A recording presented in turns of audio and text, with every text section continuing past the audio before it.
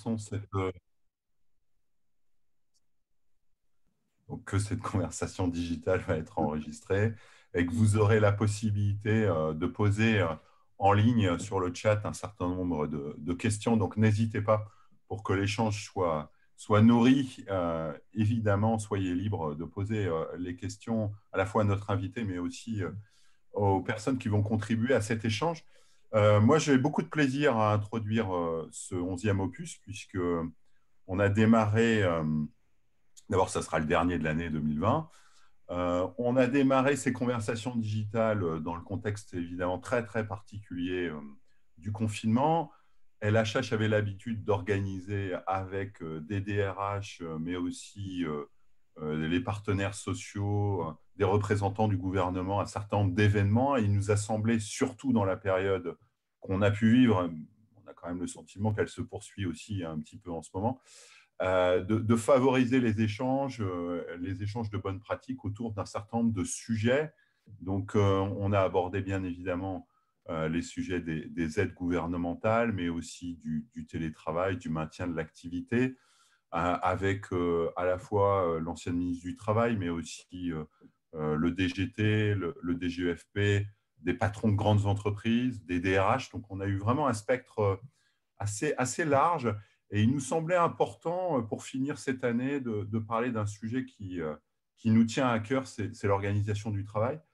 Ce n'est pas un sujet facile, parce que c'est un sujet où parfois il y a parfois une preuve de dogmatisme. Maintenant, ça fait partie de ces sujets qui contribuent à la performance économique et sociale de l'entreprise.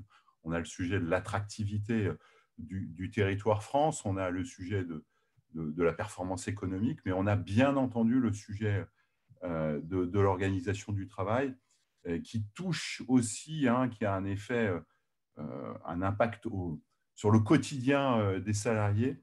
Et donc, il nous semblait important de pouvoir l'évoquer et d'évoquer aussi de façon très, très directe, hein, au travers d'un témoignage, celui de Pierre-Alexandre Ansette, que j'ai le plaisir d'accueillir ce matin. Pierre-Alexandre occupe les relations sociales et l'employment au sein du groupe Michelin. Et on sait que ce groupe a une longue tradition à la fois de performance sociale, de dialogue social. Et il nous semblait que c'était vraiment l'invité idoine pour nous parler de l'organisation du travail. On retrouvera, comme d'habitude, hein, lors de toutes ces conversations digitales, euh, Marie Bouni. Donc, Marie Bouni est la directrice de la practice performance sociale au sein du cabinet. Jean-Dominique Simon-Poli, qui est le directeur général de Dialogue. Et puis Sophie Piot, qui est la directrice commerciale grand compte d'LHH, qui participera à l'animation de ces conversations digitales. En tout cas, Pierre-Alexandre, un grand merci pour vous être libéré. Et peut-être, avant de passer la parole à Sophie, quelques mots pour vous présenter. Voilà, donc bonjour à tous et merci de m'accueillir. Alors, je suis Pierre-Alexandre Anstet, je suis aujourd'hui membre je fais partie du groupe Michelin et je suis en fait dans l'entreprise depuis à peu près une vingtaine d'années. Donc, je suis aujourd'hui en charge de ce qu'on appelle le développement social dans l'entreprise, c'est-à-dire que je travaille notamment sur la clarification des contours du modèle humain et social que nous voulons promouvoir dans l'entreprise pour faire en sorte que nous sachions adresser les différents challenges que nous avons. Et donc, à ce titre, bien sûr, je travaille sur des questions liées à la responsabilisation que nous souhaitons promouvoir dans l'entreprise, à la question du modèle de leadership dont nous avons probablement besoin pour être capable d'animer cette responsabilisation. Et puis, fondamentalement, quand il s'agit de définir le type d'interaction que nous voulons avoir dans l'entreprise, bien sûr, un des sujets clés est aussi de considérer la question de la relation sociale pour faire en sorte qu'en toutes circonstances, et je pense que c'est le propre de toutes les organisations, nous sachions nous adapter à un monde qui est en pleine volatilité. Et pour cela, que nous sachions assurer une forme de cohésion sociale entre ce que les dirigeants peuvent potentiellement percevoir d'un besoin d'évolution et ce que le corps social est capable de mettre en œuvre. Et donc, cette question des relations sociales est évidemment au cœur de mon activité. Simplement, donc aujourd'hui, au titre de mon activité, je suis rattaché à ce qu'on appelle donc, chez Michelin la direction du personnel, ce qui traditionnellement s'appelle souvent la direction des ressources humaines dans beaucoup d'entreprises. Mais en réalité, je ne suis pas un homme des ressources humaines, puisqu'en réalité, j'ai passé les 18 premières années de ma carrière dans des activités très opérationnelles, dans du management de fabrication, dans l'industrie. Et donc, sur ces 18 dernières années, les 10 dernières ont été consacrées à des postes où j'occupais des fonctions de direction de sites sur différents sites industriels. Et j'ai donc notamment eu l'occasion de diriger le site de Roanne en France, le site de Cholet en France également, et puis un site en Chine qui est situé à Shenyang, dans le nord-est de la Chine. Et donc, globalement, tout ce dont nous allons parler ensemble est davantage empreint d'un passé managérial que d'un passé à proprement parler ressources humaines. Et bien sûr, les sujets dont nous allons parler s'adressent davantage à la question de la relation sociale pour le groupe dans son entièreté et pas spécifiquement à des questions françaises. Et donc, par conséquent, vous m'excuserez, mais probablement ma compétence sur des sujets juridiques français sera probablement très limitée au regard de certaines de vos attentes, peut-être. Merci Pierre-Alexandre. Pour commencer, j'aurais voulu vous demander, dans un parcours comme le vôtre, il y a souvent des expériences qui ont marqué, qui ont fait aussi qu'aujourd'hui vous vous retrouvez au poste où vous êtes. Et ce que j'aimerais savoir, c'est dans cette expérience, qu'est-ce qui finalement a marqué votre parcours et a fait qu'aujourd'hui vous avez dégagé une conception des relations sociales particulière. Je crois qu'il y a une expérience notamment au niveau du site de Roanne. Est-ce que vous pourriez nous en parler? Alors, effectivement, j'ai eu donc le plaisir de diriger le site de Roanne pendant 6 ans, et c'est probablement à travers cette première expérience de direction d'usine que j'ai eu l'occasion de me poser un certain nombre de questions autour de la relation sociale et qui aujourd'hui sont probablement assez structurantes dans ce que nous souhaitons faire en termes de politique globale de relations sociales pour le groupe. Alors, simplement, sans rentrer dans le détail, mais simplement pour comprendre un peu le contexte tel qu'il s'imposait dans l'usine de Roanne quand j'y suis arrivé, c'était une usine qui avait d'abord été marquée quelques mois avant mon arrivée par un mouvement social extrêmement dur, qui s'était caractérisé, peut-être certains d'entre vous s'en souviennent, par, je dirais, une mise à la une du journal de 20h de TF1 pendant 15 jours. Le premier titre du journal de 20h de TF1, c'était ces fameux mouvements sociaux que nous avions dans l'usine de Roanne avec effectivement un conflit extrêmement dur. Et donc, je suis arrivé après que ce conflit se soit déroulé. Et donc, la première caractéristique du site, c'est que d'abord, fondamentalement, la question de la relation sociale était une question qui était compliquée et le dialogue était plus ou moins rompu. Vous imaginez, ce genre de crise laisse toujours des stigmates extrêmement importants dans un corps social et dans un corps managérial. Donc, simplement pour illustrer ce premier élément de contexte, quand je suis arrivé dans l'usine, en réalité, un certain nombre des partenaires sociaux qui étaient en poste et qui avaient vécu cette crise ont refusé de me saluer au prétexte que j'étais sans doute le dernier émissaire envoyé par le central pour des objectifs qui fondamentalement n'avaient pas vocation à servir les salariés. Donc, globalement, le contexte était, je dirais, assez tendu. Un deuxième élément de contexte pour bien comprendre la situation telle qu'elle était à ce moment-là, c'est que cette usine était positionnée sur un marché assez spécifique. Elle fabriquait des pneus pour des véhicules de tourisme camionnettes, mais des pneus qui étaient plutôt destinés à des véhicules haut de gamme. C'est-à-dire que nous fabriquions des pneus qui fondamentalement allaient sur des véhicules simplement pour la typologie des grosses berlines allemandes traditionnelles qu'on peut connaître.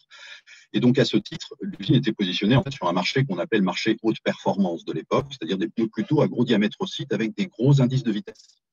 Et en tant que tel, il s'était installé dans cette usine, du coup, un espèce d'implicite, sous couvert de fabriquer des pneus haute performance, et bien le corps social avait tendance à considérer que lui-même était probablement de plus haute performance que beaucoup d'autres dans beaucoup d'autres usines. Hein, c'est naturellement un biais assez naturel, puisque je fais des produits de performance, je dois être haute performance. Et donc, c'était un premier élément de contexte qui, quelque part, n'invitait pas les équipes à considérer avec humilité probablement les challenges que l'usine devait adresser. Le deuxième élément important, c'est que, bien sûr, quand on est sur des produits de performance, eh bien, cette usine a les caractéristiques d'être probablement une des usines qui dégageait le plus de marge pour le groupe.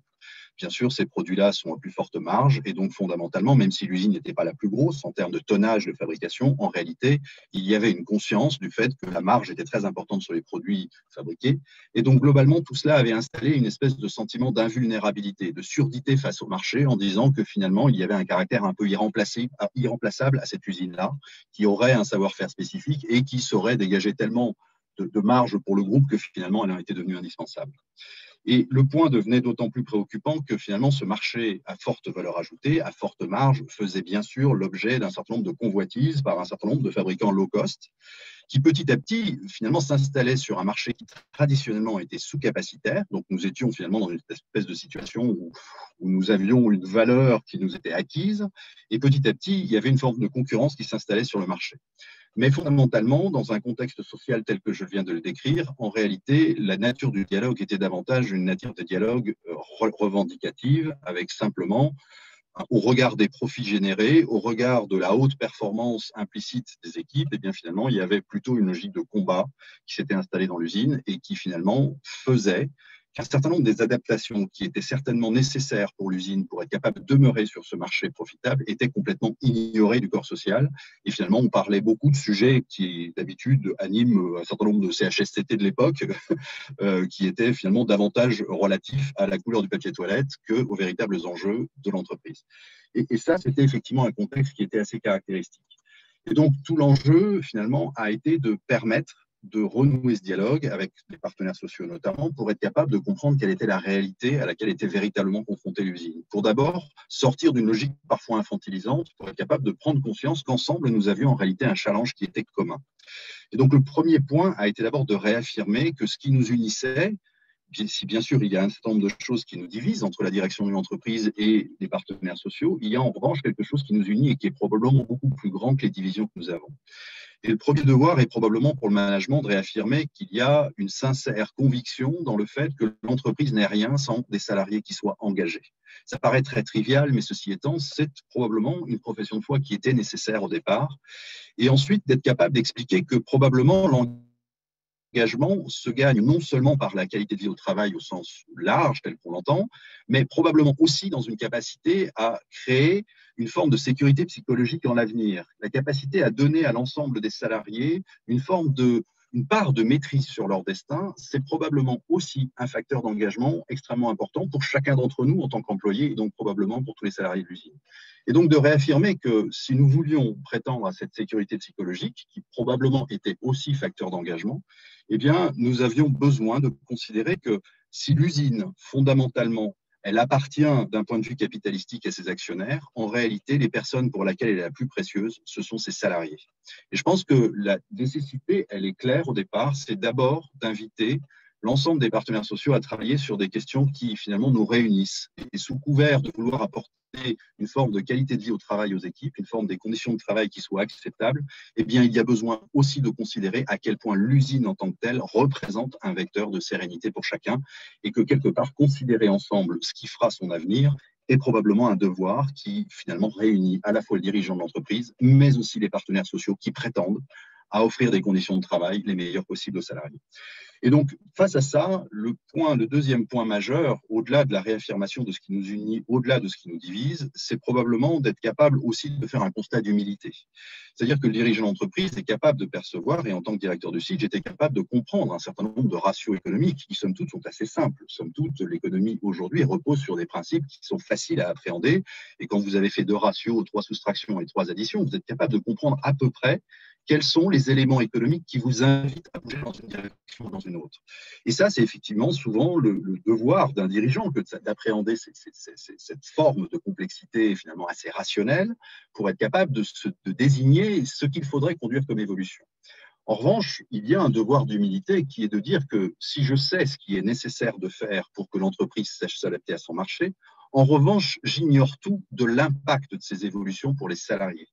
Et vous savez, dans ce cas-là, il s'agissait bien sûr d'ouvrir davantage l'usine, de travailler les week-ends, alors que ça n'était pas de tradition pour l'usine, de faire en sorte qu'il y ait une forme de flexibilité qui s'installe face à un marché qui devenait de plus en plus fluctuant. Et tout ça, c'est facile d'en parler dans des salons et d'imaginer qu'il y aurait besoin d'ouvrir en 7 jours sur 7 et d'instaurer le travail du dimanche. Sauf que moi, en tant que salarié, je n'ai jamais eu à travailler le dimanche. Et par conséquent, le caractère intrusif de ce type d'évolution sur la vie privée de chacun et l'impact que ça peut avoir dans sa vie familiale, je peux bien sûr essayer de l'intuiter, mais en aucun cas je ne peux l'avoir vécu dans ma chair.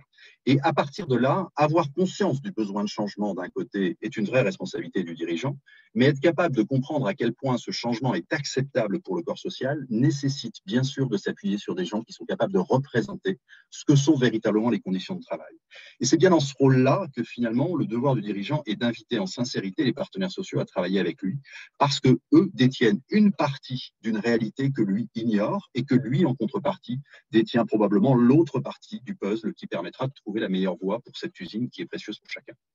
Et donc, quelque part, l'enjeu est vraiment de réintroduire chacun dans sa responsabilité collective pour être capable de passer à une logique de gagnant-gagnant.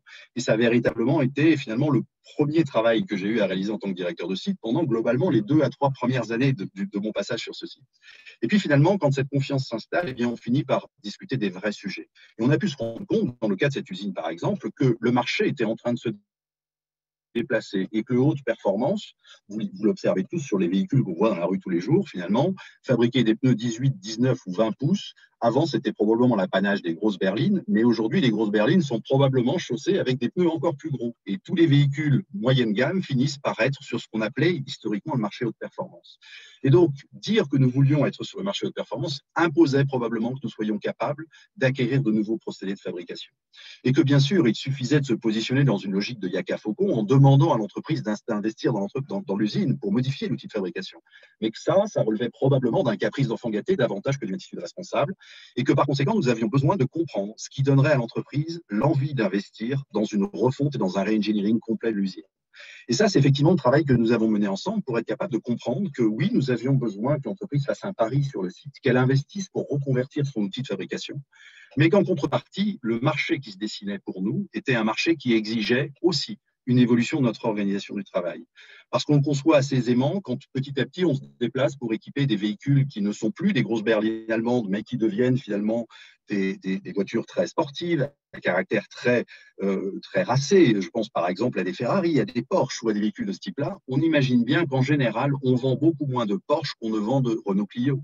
Et que par conséquent, ce marché-là est beaucoup plus fragmenté et nécessite donc de coller de façon beaucoup plus claire aux besoins du marché, de s'adapter à des fluctuations beaucoup plus rapides parce que le marché est plus morcelé. Et donc, ça invite bien sûr à considérer que si l'entreprise a besoin d'investir pour reconvertir l'outil de fabrication, eh bien, les salariés ont aussi à se poser la question de savoir comment ils peuvent minimiser le cash flow dont l'entreprise aura besoin pour être capable de faire en sorte que nous sachions avoir la dimension dont nos clients ont besoin, sachant que nos clients deviennent de plus en plus morcelés si on se déplace sur ce marché. Et donc, nous avons vraiment introduit un dialogue avec l'ensemble des partenaires sociaux, avec l'ensemble du corps social d'ailleurs, sur cette question de la flexibilité du travail. Et nous avons compris, à un moment donné ensemble, que si nous voulions construire l'avenir de l'usine, nous avions besoin que l'entreprise décide de miser sur ce site et d'investir massivement sur ce site, mais qu'en contrepartie, nous avions besoin aussi de travailler sur une flexibilité horaire beaucoup plus importante, de caler notre saisonnalité de travail sur la saisonnalité du marché. Et malheureusement, la saisonnalité du marché fait que la demande forte est en général pendant les mois d'été, ceux où nous aimons bien être en congé. Et donc, par conséquent, ça soumettait un certain nombre de sujets qui nous étaient extrêmement sensibles. Mais nous avons eu besoin de travailler ensemble, de nous approprier le destin de cette usine pour faire en sorte que nous sachions trouver la meilleure façon de répondre à un besoin impérieux du marché que nous entendions servir.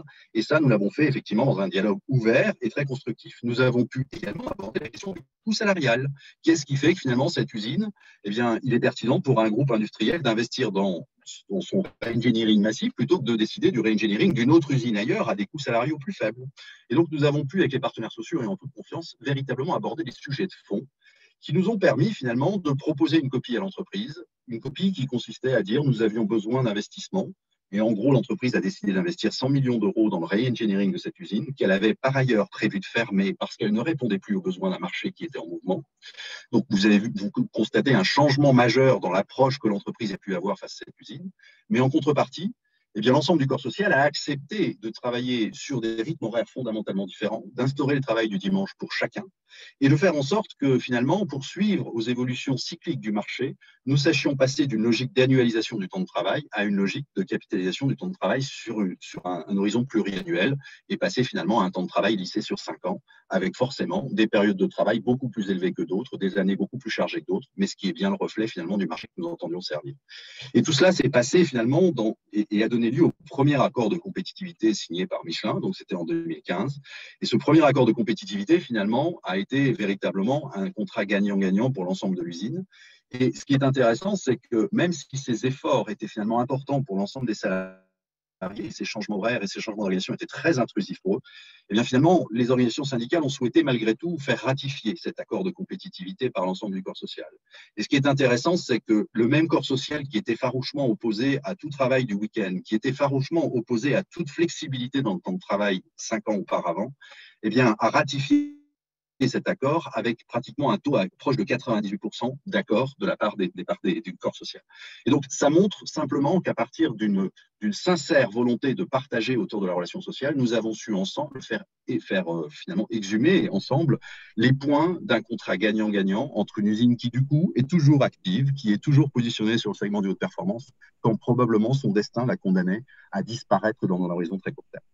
Voilà, je ne sais pas si ça éclaire un certain nombre de choses, mais en tout cas, voilà le partage de quelque chose qui a forgé un certain nombre de convictions personnelles autour de la relation sociale. Merci, je pense que c'est très clair.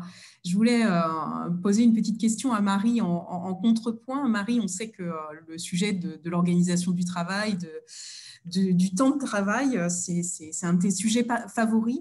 Aujourd'hui, c'est des sujets qui sont extrêmement mobilisés dans les accords de compétitivité et les accords de performance collective. Quelles sont les grandes tendances qui se dégagent sur cette matière? Bonjour à tous. Alors effectivement, oui, là, on parle organisation du travail et dialogue social, donc on est vraiment dans des sujets qui me passionnent, donc je vais essayer d'être rapide. Vraiment l'expérience est particulièrement éclairante, l'expérience de Rouen, parce que effectivement, tout ce qui a trait à l'organisation du travail et à la compétitivité, c'est bien évidemment des sujets extrêmement sensibles. C'est extrêmement sensible, ça a été rappelé à de multiples reprises, hein, c'est en lien avec la performance économique, la performance organisationnelle et le quotidien des salariés. Après, c'est vraiment un domaine où il faut objectiver les choses. Déjà, commencer par quelques chiffres. Il faut quand même avoir en tête que depuis les lois Aubry, la France, qui jusqu'aux lois Aubry, la durée annuelle moyenne des salariés à temps complet en régime horaire était plutôt dans la moyenne haute. Depuis les lois Aubry, en fait, on a la durée la plus faible de l'Union européenne en matière de temps de travail pour les salariés français. On travaille globalement 200 heures de moins que les Allemands et 200 heures de moins que les Anglais et 400 heures de moins que les Roumains. Pendant le même temps, les indépendants français travaillent plus que les indépendants allemands, anglais et roumains. Donc, il y a un vrai décalage par rapport à nos voisins européens, d'où la question de l'attractivité du territoire France. Donc, on travaille avec un certain nombre de groupes. Actuellement, donc, il y a d'investissement, mais aussi des décisions de désinvestissement qui se posent dans la période actuelle. Et concrètement, il est nécessaire d'être en capacité d'envoyer des indicateurs forts sur des sujets aussi dogmatiques. Donc, une durée qui est très faible en France. Et aujourd'hui, qu'est-ce qu'on constate? On constate qu'un certain nombre d'entreprises, notamment dans le secteur de l'industrie, cherchent un peu à augmenter leur durée de travail, la durée de travail de leurs collaborateurs pour se rapprocher des standards légaux. En France, on parle beaucoup du débat sur les 35 heures, mais ça n'a pas grand sens. Aujourd'hui, ce qu'il faut appréhender, c'est la durée annuelle de travail. Donc, est-ce que mes collaborateurs travaillent ou pas 1607 heures? Et dans le secteur de l'industrie, on constate que bien souvent, il peut y avoir des durées autour de 1580, 1432 heures. Donc, on est assez loin de cette référence annuelle.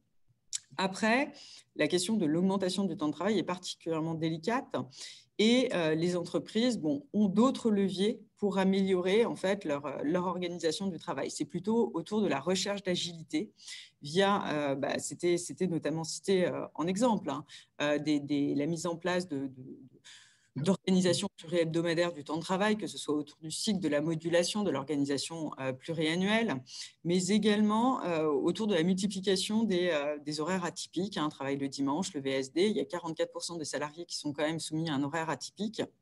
Mais ce qu'on constate, c'est qu'il y a profondément une inadéquation dans la majorité des entreprises entre leur socle organisation du travail et leurs besoins organisationnels, voire les attentes des collaborateurs. Parce que c'est un sujet qu'il est tellement difficile de renégocier qu'on ne le retouche que par petits avenants, sans ambition dans la refonte du modèle.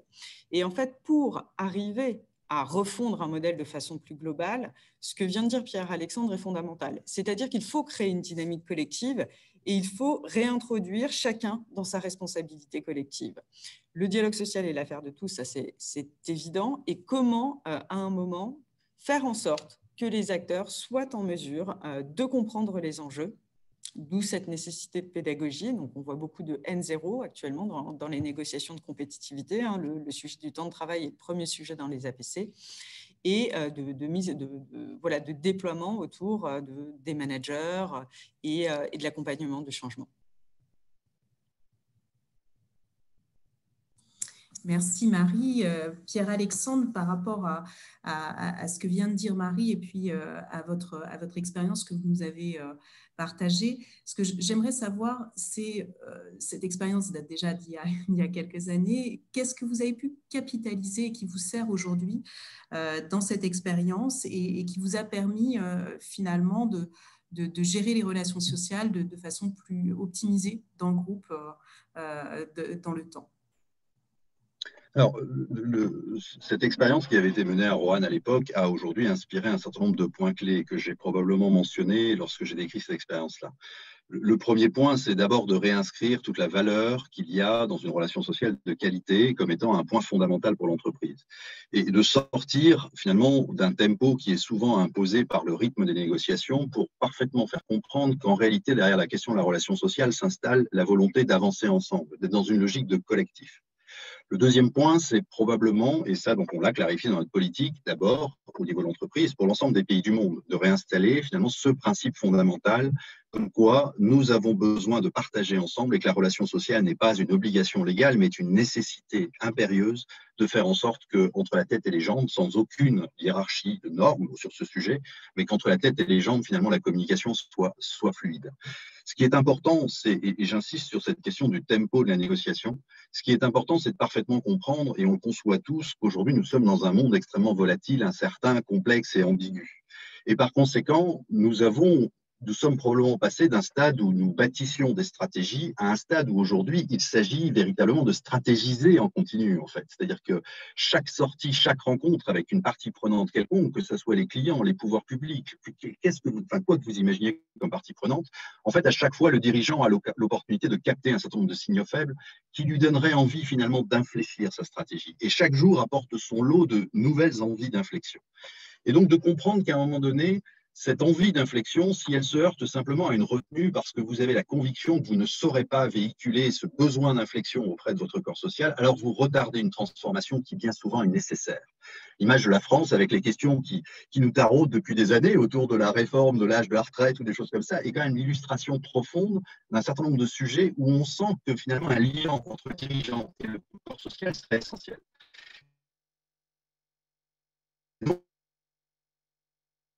fondamentalement réexpliquer que la relation sociale, mais fondamentalement un quotidien et une hygiène quotidienne pour qui entend emmener une communauté d'individus.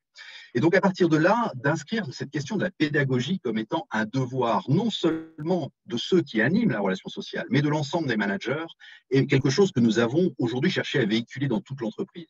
Et donc, je parlais tout à l'heure de la question du modèle humain et social. C'est pour ça qu'il y a une forme de cohérence entre ce que nous voulons faire autour de la relation sociale et de ces quelques principes clés qui consistent à dire que nous voulons construire parce que nous avons l'humilité de considérer que nous n'avons qu'une partie des connaissances qui sont nécessaires à faire les bons choix, mais qu'en parallèle, nous avons besoin aussi de faire évoluer la conscience des managers de ce devoir impérieux d'emmener les équipes dans une compréhension plus profonde des véritables challenges qu'elles ont à relever. Et quelque part, repositionner le manager dans un rôle où, historiquement, finalement, il se complaisait dans une valeur qui lui était donnée par la décision solitaire. Le fait d'exercer la décision était le signe du pouvoir. Et finalement, l'installer et l'accompagner dans une logique un peu différente où finalement la décision a probablement davantage de valeur si elle est prise avec des regards croisés et notamment ces regards de l'intelligence collective et du corps social. Et donc finalement lui permettre d'être à l'aise dans un rôle où son pouvoir s'installe sur autre chose que simplement la décision. Et nous avons donc concrètement refondu notre politique de relations sociales, réexpliqué pourquoi nous avions besoin d'avoir une représentation des salariés, une représentation qui vit le quotidien des salariés et qui est donc capable de mesurer chacun des efforts que nécessiterait une inflexion de la stratégie, d'être capable de dire est-ce que ça en vaut la peine. Donc nous avons besoin de cette représentation, nous avons besoin qu'elle soit indépendante, mais nous avons besoin aussi d'avoir un corps managérial qui comprend que la question de la responsabilisation des équipes est en réalité un continuum avec la question de la relation sociale. Et donc nous avons clarifié notre politique de relations sociales pour l'ensemble du groupe et quels que soient les contextes sociaux qui peuvent exister aux États-Unis, en Chine, dans d'autres pays, ces principes fondateurs de dire je veux une représentation des salariés indépendante de la direction pour être capable d'exprimer des choses que je ne peux pas percevoir en tant que dirigeant. Et par ailleurs, j'ai besoin de managers qui se positionnent dans un rôle de leadership et qui acceptent d'installer leur pouvoir ailleurs que dans la décision solitaire et qui acceptent finalement cette question de la confrontation de la contradiction qui finalement est parfois beaucoup plus déstabilisante qu'on l'imagine pour quiconque s'est construit dans un modèle managérial traditionnel, d'autorité traditionnelle. Donc nous accompagnons nos managers d'un côté et nous avons lancé une vaste refonte de notre modèle de leadership dans cet angle-là. Nous avons lancé une logique de coaching de l'ensemble des managers parce que nous n'ignorons pas qu'il ne suffit pas d'incanter au changement pour être capable, pour chacun d'entre nous, de s'installer dans de nouveaux modes de fonctionnement. Et nous avons donc cherché à sensibiliser l'ensemble des corps sociaux partout sur la planète sur le fait que nous avions besoin d'être capables de co-construire avec eux. Donc, c'est les deux axes sur lesquels nous travaillons de façon approfondie aujourd'hui. Et c'est quelque part des enseignements qui viennent de l'expérience que j'ai décrite à partir de Roanne. Mon micro, merci beaucoup. Excusez-moi, j'étais en train de rallumer mon micro. Jean-Dominique, qui est avec nous, Jean-Dominique de l'association Dialogue, est-ce que tu aurais une question à poser à Pierre-Alexandre? Moi, je trouve l'expérience très intéressante. On a eu l'occasion déjà d'échanger dessus il y a quelques temps. Moi, je voulais savoir plus précisément, parce que bon, on voit bien que il faut aller vite parce que les marchés bousculent les habitudes, les comportements des consommateurs étant ce qu'ils sont. Là aussi, on voit qu'il y a besoin d'avoir des entreprises qui réagissent rapidement.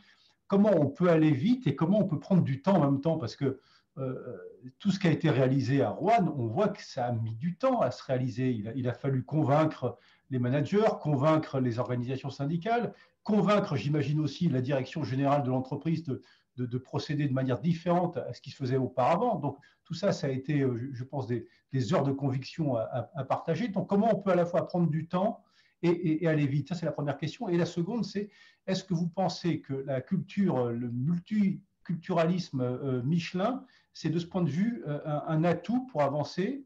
Parce que vous avez des directeurs de sites qui viennent d'un peu partout dans le monde, vous avez cette culture qui est brassée, enfin ces cultures qui se mélangent au sein du groupe. Est-ce que ça a facilité aussi l'organisation de ce type de démarche au sein de l'usine et depuis à travers le monde? Alors, par rapport à ces deux éléments, alors la première question sur la question du temps, oui, bien sûr, pour être capable de partager sur un certain nombre de perceptions qu'on peut avoir, ça nécessite de prendre du temps. En revanche, je crois que l'erreur est d'attendre qu'il y ait un besoin de changement pour commencer à partager sur un certain nombre de choses qu'on perçoit. Dans ce cas-là, effectivement, le temps d'infusion est non compatible avec le temps dont nous disposons pour nous transformer. Et je crois que c'est là-dessus qu'il faut avoir conscience du fait que nous sommes dans un processus qui doit être véritablement, qui doit relever d'une hygiène quotidienne. C'est-à-dire que si vous partez d'un point de maturité extrêmement faible, le temps que vous permettiez à chacun de comprendre les enjeux du cash flow, les enjeux de tous ces mécanismes financiers est effectivement prohibitif par rapport à la vitesse de transformation nécessaire. Et par conséquent, c'est là que la relation sociale doit s'inscrire dans un quotidien. C'est-à-dire que oui, vous aurez toujours besoin de temps pour partager ensemble sur une certaine représentation que vous avez du monde, mais en revanche, vous avez besoin de faire cela en parallèle et indépendamment de l'impérieuse nécessité à vous transformer. Et si vous le faites au quotidien, si régulièrement vous avez installé une intimité avec vos représentants, si vous avez partagé continuellement avec ce que vous observez, ce que vous savez, ce que vous ne savez pas, les certitudes que vous arrivez à acquérir sur un certain nombre de sujets, alors effectivement ce processus se fait en parallèle du besoin de transformation. Et le besoin de transformation émerge finalement chez vous en tant que dirigeant au même moment qu'il émerge chez l'ensemble du corps social. Et c'est ce synchronisme qui est absolument nécessaire. Sortir de l'époque où on commence par réfléchir, par construire une vision pilule qu'on souhaite faire passer ensuite au corps social, parce que dans ces cas-là, le temps d'infusion est effectivement non compatible avec le temps de transformation.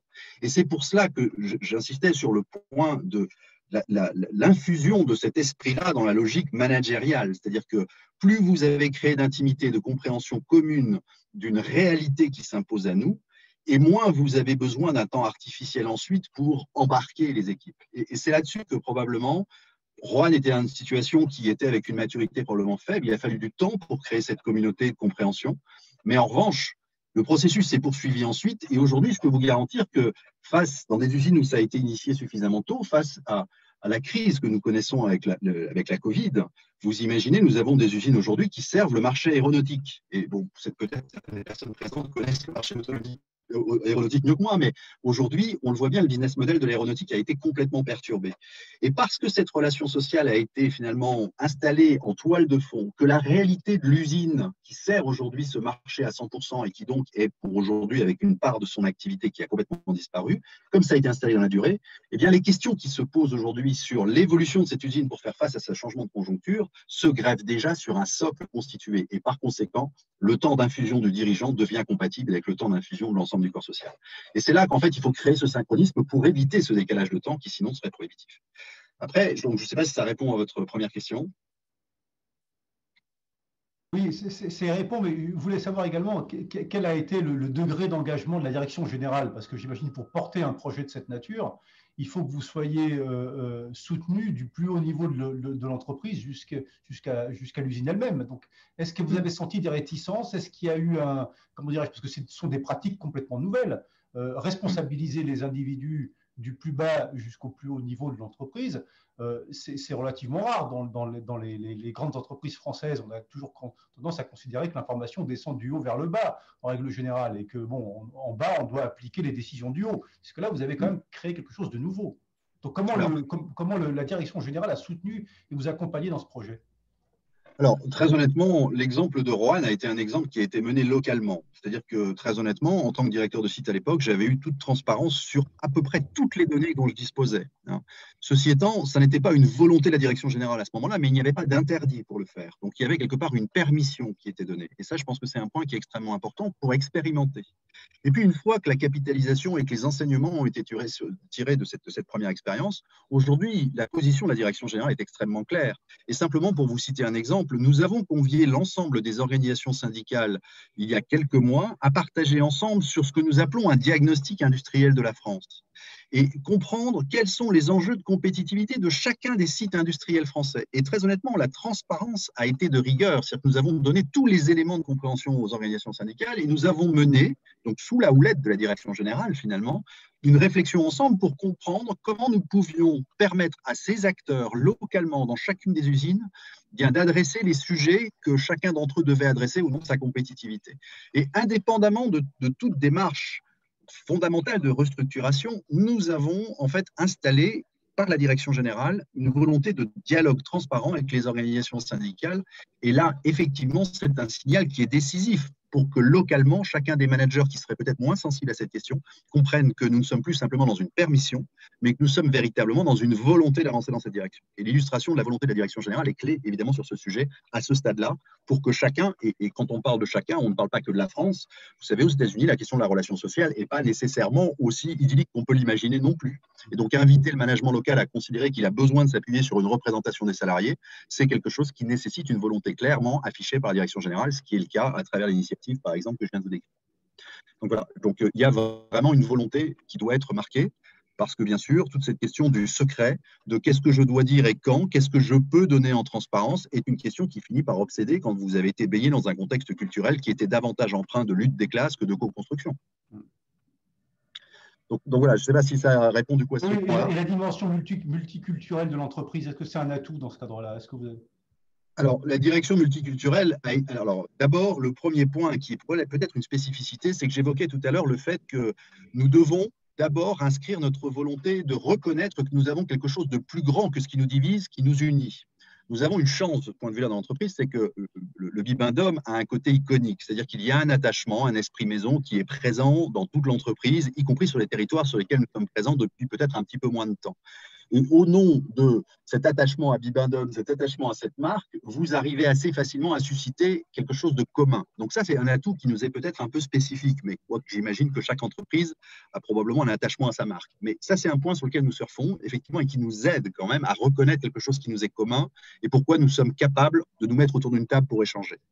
Après, dans le côté multiculturel, je vais prendre l'exemple de la France. À l'époque, et je décrivais l'exemple de Roanne, les partenaires sociaux avec lesquels j'ai eu l'occasion d'échanger étaient les mêmes que ceux qui avaient fait la une du journal de 20 heures pendant 15 jours sur TF1. Donc vous imaginez bien qu'il y avait une logique de lutte des classes qui était davantage installée qu'une logique de confiance et de co-construction. Et un point qui a été décisif, c'est que nous avons à ce moment-là créé ce que nous avions appelé un comité européen, un comité d'entreprise européen pour Michelin. Et ça a été l'occasion pour des partenaires sociaux finalement qui évoluent dans un contexte sociétal donné, et donc notamment pour la France, pour les partenaires sociaux français, de côtoyer leurs homologues allemands, de côtoyer des homologues d'autres pays qui parfois avaient des pratiques de dialogue social différentes. Et là, vous avez effectivement dans ce genre de cas une prise de recul sur finalement les positions que chacun peut être amené à prendre, aussi bien pour le management que pour les organisations syndicales. C'est un élément qui permet de réfléchir sur ses propres pratiques, parce que probablement le management allemand agissait aussi très différemment vis-à-vis des organisations syndicales de ce que faisait le management français traditionnellement dans notre culture historique. Donc globalement, ces instances-là sont des instances qui permettent de véhiculer un certain nombre de choses. Et je prenais l'exemple des États-Unis tout à l'heure. Nous avons créé un comité monde l'année dernière, précisément avec cette intention, pour faire en sorte que finalement la relation sociale telle qu'elle s'exprime aux États-Unis puisse donner lieu à une confrontation avec ce qui existe dans beaucoup de pays d'Europe et faire comprendre finalement aux différents acteurs de cette relation sociale qu'il y avait probablement d'autres façons d'envisager le dialogue social si on voulait véritablement le rendre gagnant-gagnant plutôt que simplement donnant-donnant. Donc oui, cette pollution, finalement, au sens positif du terme, nous est extrêmement précieuse pour être capable de faire comprendre qu'il y a d'autres façons de mener la relation sociale que la façon historique qui peut exister sur certains territoires. Je ne sais pas si ça répond à votre question. Très bien, merci bien. Merci. On a pas mal de questions dans le chat, donc je vais essayer de les poser. Patricia Samy nous demande inscrivez-vous l'organisation du travail dans une démarche d'analyse de risque de l'entreprise en prenant en compte les risques liés notamment à l'éloignement du salarié de la communauté de travail et à la régulation de l'usage des outils numériques. Donc là, on est particulièrement dans le contexte actuel du Covid et de la mise en place du télétravail. Alors, cette question du télétravail est peut-être une bonne illustration Attends, mais par contre, il parle trop fort, je t'entends pas. Mélanie, on t'entend?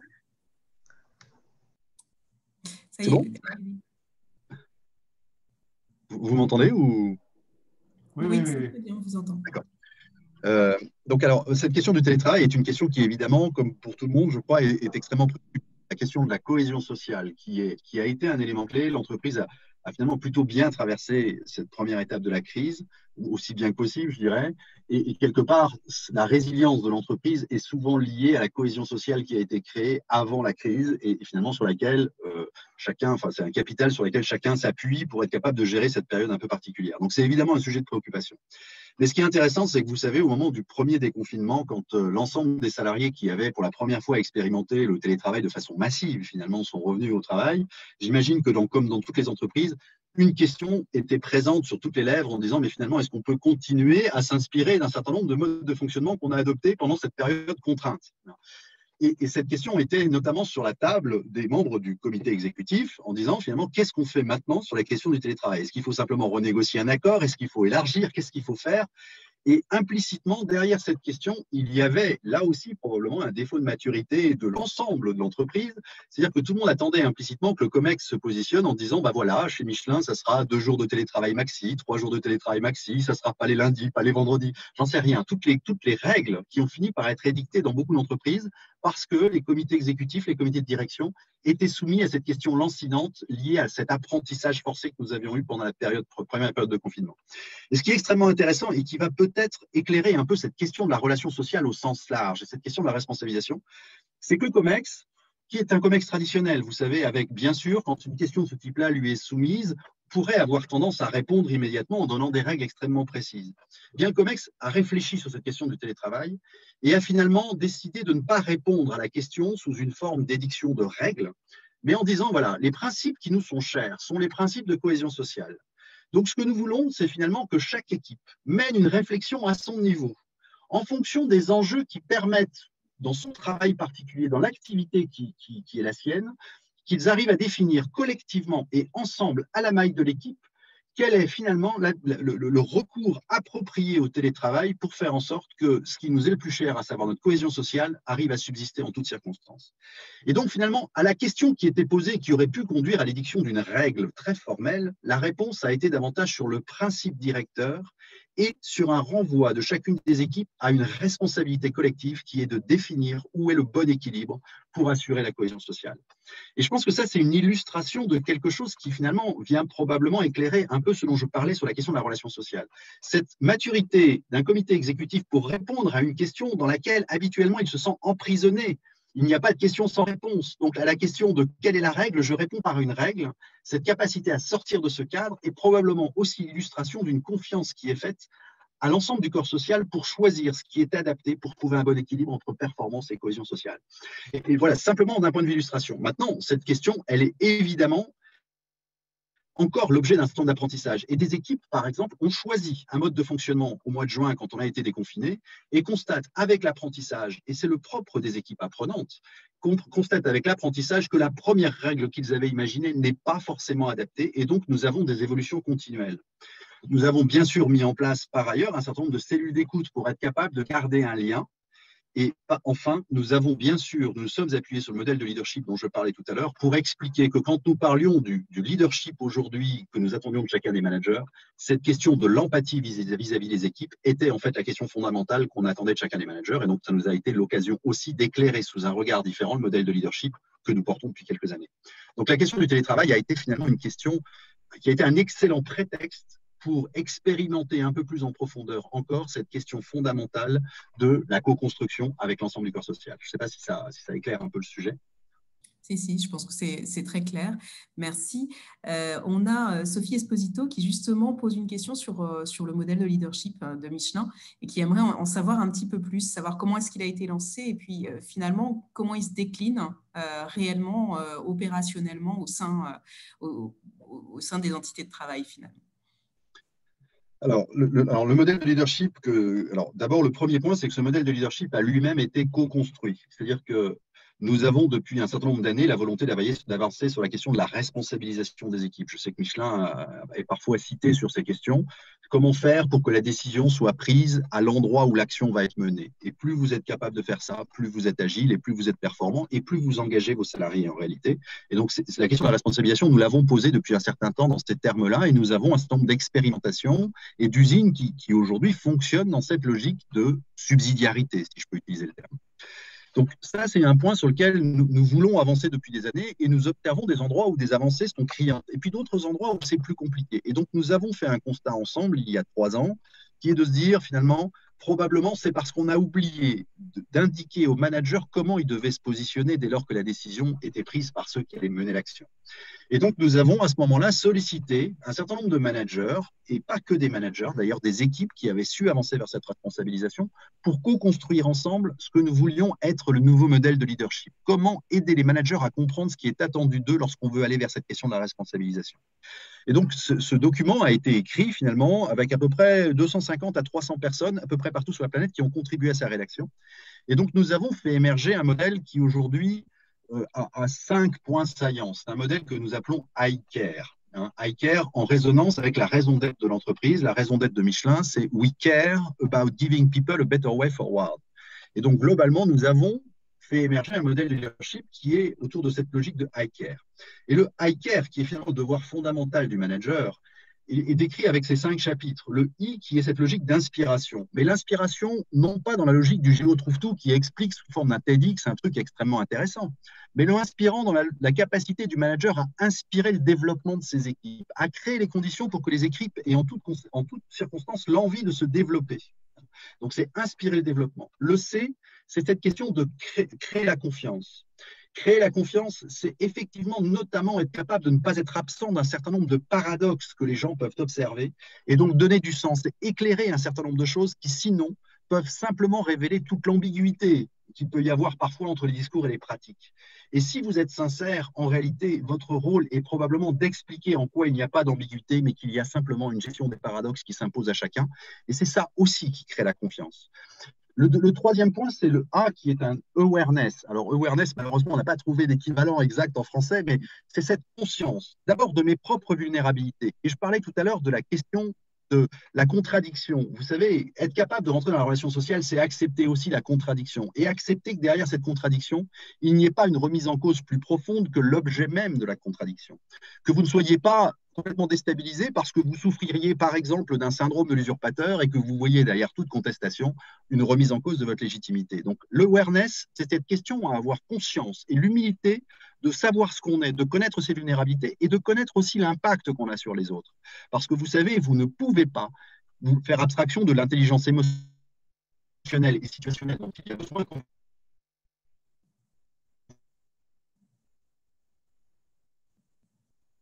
vous entendez conduire une communauté. Délivrer du résultat, c'est tellement convenu. Mais ce qu'on entend par résultat, c'est surtout de dire que le seul résultat qui vaille, c'est le résultat collectif. Et qu'en aucun cas, le KPI auquel j'ai été soumis en début d'année ne doit présider à mes décisions si je fais abstraction de ce qui est souhaitable pour l'ensemble de l'entreprise.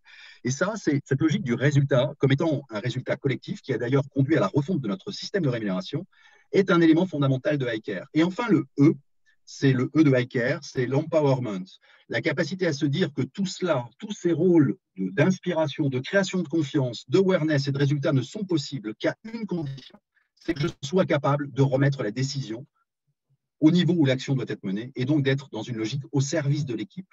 Et je parlais tout à l'heure de la question de la relation sociale. Quand vous décidez en transparence d'expliquer un certain nombre d'enjeux qui s'imposent à votre entreprise, en réalité, vous vous mettez au service de l'équipe plutôt que dans un rôle de décision solitaire. Et ça, c'est effectivement ce qu'on a décrit dans ce modèle. Ce qui est important, c'est que ce modèle, finalement, je pense que toutes les entreprises aujourd'hui cherchent à écrire un nouveau modèle qui serait soi-disant l'alpha et l'oméga de ce qu'on voudrait tous être. En réalité, quand vous en lisez les contours, c'est extrêmement compliqué et personne ne représentera en tout point ce qui est décrit dans ce modèle. Personne n'est à l'excellence sur tous ces sujets-là.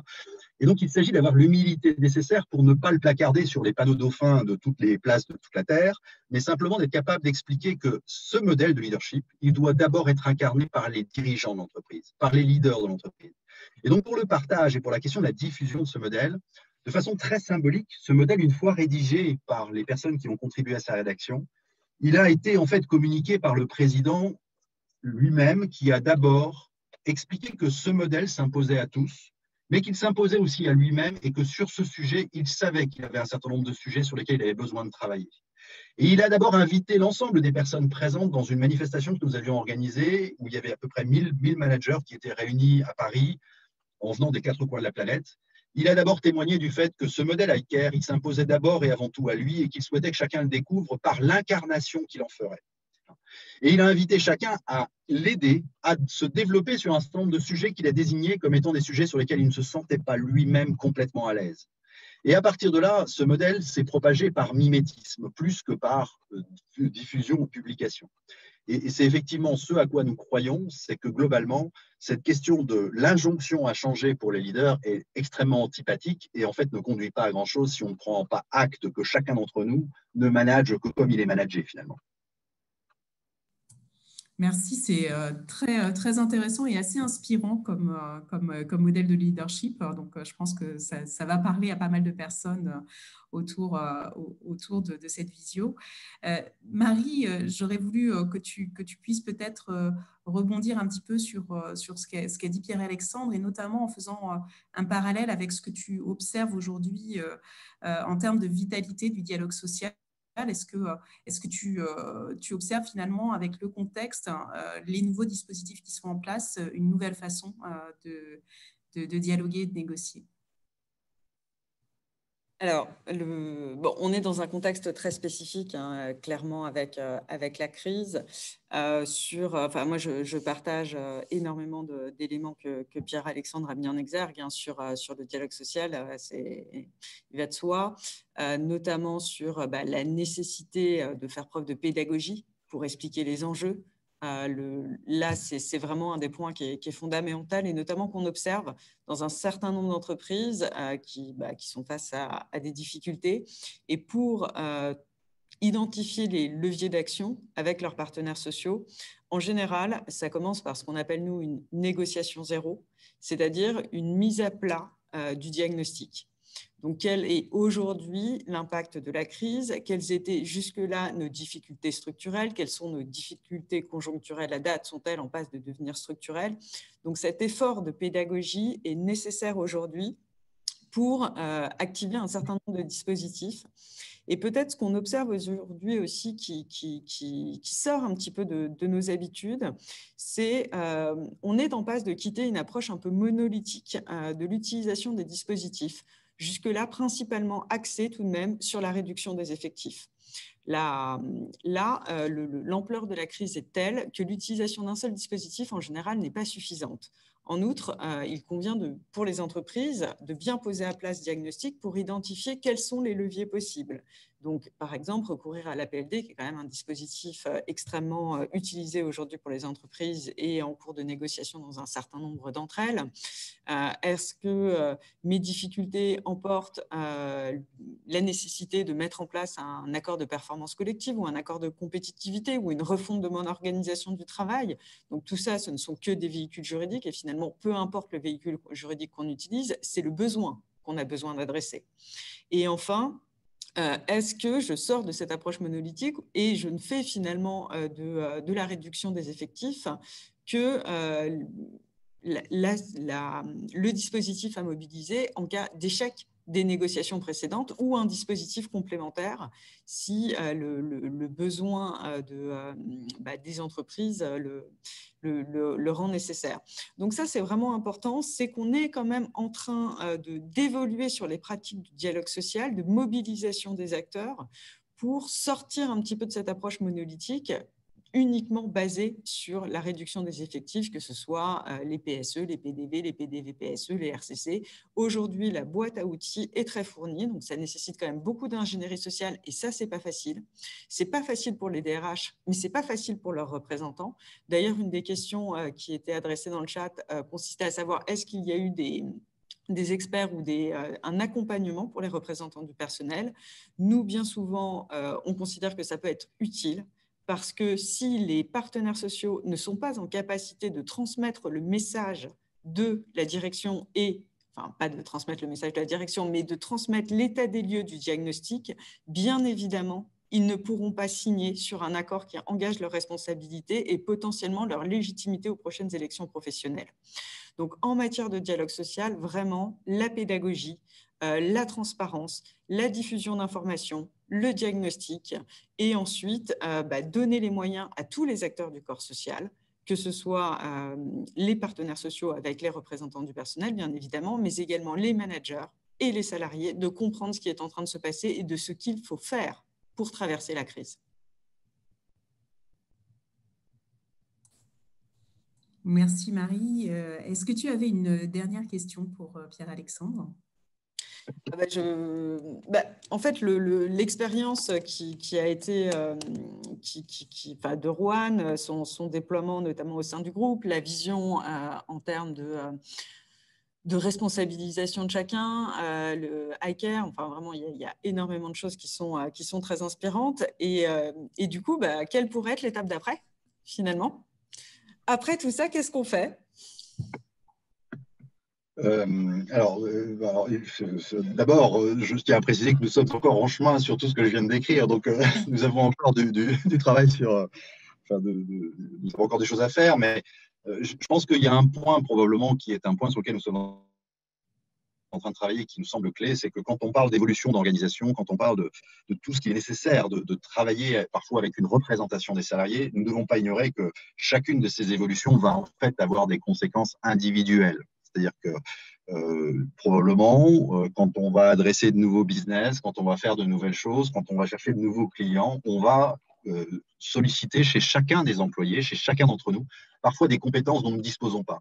Et quand nous parlons de la transformation, nous parlons souvent de l'organisation du travail au sens large et au sens collectif. Mais fondamentalement, il y a une responsabilité aussi qui est celle de savoir, pour une entreprise qui prétend se transformer, accompagner chacun dans cette transformation. Et c'est-à-dire qu'il y a un devoir en marge de ce qui est fait d'un point de vue collectif et que je viens de décrire, aussi de permettre à chacun de trouver la façon de se développer individuellement pour faire en sorte qu'il puisse vivre ces transformations de façon acceptable, qu'il sache acquérir les compétences dont il a besoin. Et donc, en complément de toute cette logique de responsabilisation, toute cette logique de relations sociales qui va permettre probablement une transformation plus fluide pour s'adapter à un monde qui bouge très vite, il y a besoin probablement d'être extrêmement pertinent sur la question du développement des compétences. Comment l'entreprise Et je parlais tout à l'heure de ce devoir qu'ont les managers d'inspirer au sens high care, c'est-à-dire d'être capable d'accompagner le développement de chacun. Mais je pense qu'il ne s'agit pas que d'un effort héroïque de la part du manager qui peut bien sûr témoigner de l'attention vis-à-vis de ses équipes. Il y a un vrai devoir aussi pour l'entreprise de donner les moyens à chacun de développer ses compétences par des outils nouveaux, par des choses qui sont très spécifiques. Et donc, aujourd'hui, nous travaillons par exemple sur la question de la création d'une manufacture des talents, une forme d'université que nous aurions besoin de construire parce que derrière chaque transformation, nous ne devons pas ignorer qu'il y a aussi un besoin de monter en compétences, d'évolution de compétences pour chacun d'entre nous, pour être capable de se développer dans la direction que cette transformation impose. Donc pour moi, la question des compétences est une question clé pour venir compléter cette démarche collective. Merci beaucoup Pierre-Alexandre. On va clôturer sur cette vision de l'avenir et le développement des compétences. François, peut-être pour conclure? Oui, d'abord, merci beaucoup. C'était très, très intéressant. Comme l'a dit Sophie, inspirant. Moi, j'ai été frappé par vos propos sur, finalement, l'approche de Michelin. Elle consiste à se mettre à la place de… c'est-à-dire, quand vous parlez des partenaires sociaux et de votre expérience à Rouen, c'est de se dire, vous arrivez dans un contexte que vous décrivez, très, très, très compliqué. Et finalement, c'est quoi les moteurs de l'engagement pour les salariés? Et vous évoquez des moteurs à la fois à court terme et à moyen terme. Et donc, comment vous allez pouvoir utiliser ces moteurs ou ces leviers?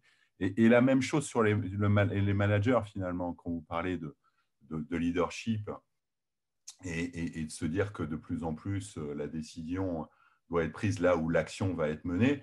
Encore faut-il l'expliquer au manager, parce qu'autrement, il est complètement perturbé. Et à chaque fois, le fait de se dire, finalement, c'est quoi les drivers, les moteurs de vos collaborateurs ou des parties prenantes de l'entreprise, qu'ils soient partenaires sociaux ou qu'ils soient managers ou qu'ils soient salariés tout court d'ailleurs, je trouve que c'est extrêmement intéressant. Je ne vais pas refaire l'échange, mais vraiment, sincèrement, merci au nom d'LHH pour votre témoignage. Remercier tous nos fidèles auditeurs qui nous ont suivis depuis le mois de mars et qui sont toujours très nombreux. Vous souhaitez bien sûr d'excellentes fêtes de fin d'année et puis au plaisir de vous retrouver en janvier 2021 pour d'autres conversations digitales. Merci beaucoup et à très bientôt. Merci Pierre-Alexandre. Merci. Au revoir. Au revoir. Merci.